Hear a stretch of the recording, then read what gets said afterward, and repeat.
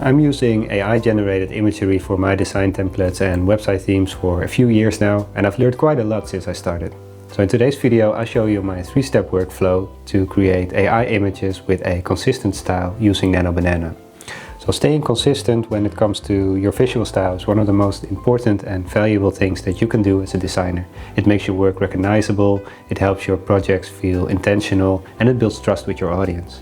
So by the end of this video you know exactly how you can create consistent images for your project using Nano Banana, and I'll try to give you as much value as I possibly can. I'm Ruben Stolm, a Dutch graphic designer selling design templates, product mockups and website themes for over 10 years now. And as an online designer it has become very clear to me that the design landscape is always changing, and that has become even more true now that AI has arrived.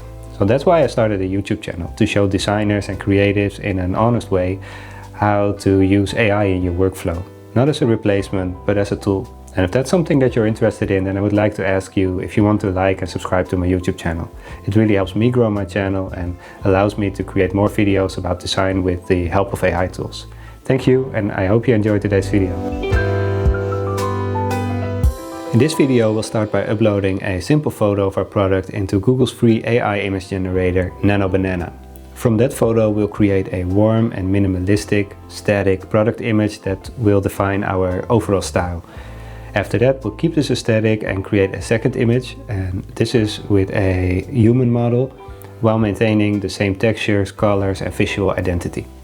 And in the final part we'll use both the images together to create a consistent visual system that allows you to generate new images in different scenes, with different poses and even in different locations, while keeping your brand identity intact. I'm using Nano Banana for today's video for a reason. It keeps your reference images almost exactly intact, so the same structure, the same composition and the same overall look, something that in my experience Midjourney and ChatGPT don't match as reliable. And this makes it ideal for maintaining brand consistency, especially in product photography. So it's also free to use, and it lets you iterate on previous outputs, so you can refine the output while keeping the style perfectly consistent. Along the way I'll show you how to use the free brand style guide template that I added in the description of this video, and you can use it to organize your colors, your textures, lighting style and brand elements, and use those in your prompts to really stay consistent when you generate images. I started by uploading a simple product photo of a random bag that I found online, and this one is by Arcade, I believe, and it doesn't have to be perfect. Even a simple iPhone shot is just fine. What matters here is that Nano Banana understands the shape, the color and the material of your product. And once the photo is uploaded I write my prompt, and the first prompt isn't just a very basic prompt. Its purpose is to already generate a useful polished product image, and I'm staying close to a style that I personally like and often use. So this is something warm and minimalistic and an editorial kind of vibe. Use the uploaded photo of the bag to create a warm editorial product image. Place the same bag on a minimalistic cylinder prop in a warm studio room. Color palette and then a hex coat. Use a subtle, again that hex coat, marble surface with soft texture. Keep everything minimalistic with soft warm lighting coming from the right side. Create a soft shadow overlay from the window frame. Maintain the shape, color and materials of the original bag while creating a clean, warm and professional product shot. Use a Canon 5D camera with a 50mm f1.8 lens for a soft background blur. So some things to point out are the overall tone and the vibe of the image, and the keywords warm room, shadow overlay and soft lighting all contribute to generating an image with warm color tones. So on top of that I use a hex color code, and Nano Banana will recognize that and implement it wherever you request it. So I found this to be a very helpful trick to instruct it very precisely where I would like to have a certain color. And I recommend checking out coolers.co if you want to create a color palette of your own, and it is a free tool. Okay, so I also instructed to keep the shape, the color and the materials of the original image, and this is why it is very important that if you use a reference photo of a product that you can clearly see the image, what color it is. And what shape the product has and what the materials are. So in this case it is a brown suede bag with clear details in the reference image. So I also tell it what the type of photography is, so in this case it is product photography, and I describe the camera model. And this will determine the quality of the output. So the Canon 5D camera is a high quality professional camera in contrast to, for example, an older retro camera or an iPhone, which will give a very different look. And I use a 50mm lens with an f1.8 aperture for a soft background blur. I actually made an in-depth video on how to add camera specifics, lighting and shadows and camera angles to your prompt to really take control over your AI image generations. I leave a link to the video in the description in case you're interested. The result is absolutely beautiful in my opinion. It is minimalistic, it has that shadow overlay, soft background blur and warm color tones that I asked for. And most importantly, it stayed close to the product image. Now that we have our static product image, we move to the second stage, adding a female model. And this is where consistency usually breaks because the lighting or the color palette really shifts the moment a human is added. But we'll keep everything aligned by reusing the same elements, the image references and the color palette that we created in the first image. So I upload the same product photo again, and this time I also upload the image we just created in stage 1 as a visual reference. With both reference images uploaded and the following prompt, it outputted this beautiful result. You can see that Nano Banana perfectly combines all elements together. The wooden stool and the backdrop have matching brown color tones as her shoes and bag, and the AI model really understood what to do with the color tones and to stay consistent. Now we got everything we want for this image. That means that we now have a human model to work with. So the first part was just creating a style and defining the style for the product photo. And now we have a model that we can use and reuse for future photos. And this will play a big role in the next step.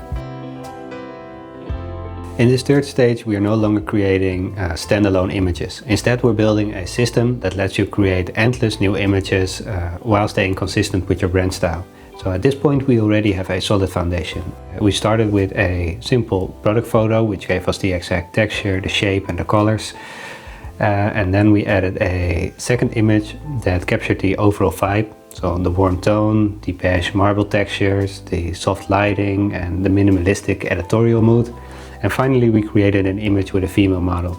So now we have 3 anchor points to work with and that form the visual signature for everything that we do next. What I really want to show in this stage is that you don't always have to start over when generating new images. One of the most powerful things you can do in Nano Banana is simply iterate on an image you already like. So you can change the shot, change the camera angle, adjust the distance of the camera, zoom in for a close-up, zoom out for a wider view, or even change the angle of the camera. So these kinds of variations create the feeling of a real photo shoot, where the photographer moves around the scene and captures the product from different perspectives. And it gives you a variety of images without losing consistency. For example, here is the result of a follow-up prompt I used for a close-up shot in the same warm editorial style. Even though this image is taken from a different perspective, a tighter crop, a 3/4 angle and just an overall more intimate shot, it still feels like it belongs to the same photo series. It has that same color tone and the same editorial quality because it uses those reference images that we created earlier. And this alone is already a really powerful technique. And if you find an image that you like, just try in exploring different angles and distances. It allows you to expand your visual library without starting the entire process from scratch. And if I like a specific angle, I'll store it in the brand template. And I also try to have the habit of storing the URLs of the Gemini chats in my template, so I can always go back and chat further if needed.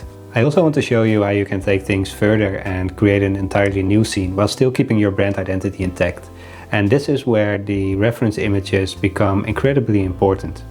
We have the static product photo showing the texture and the shape of the bag. We have the stylistic editorial scene showing the tones and the lighting.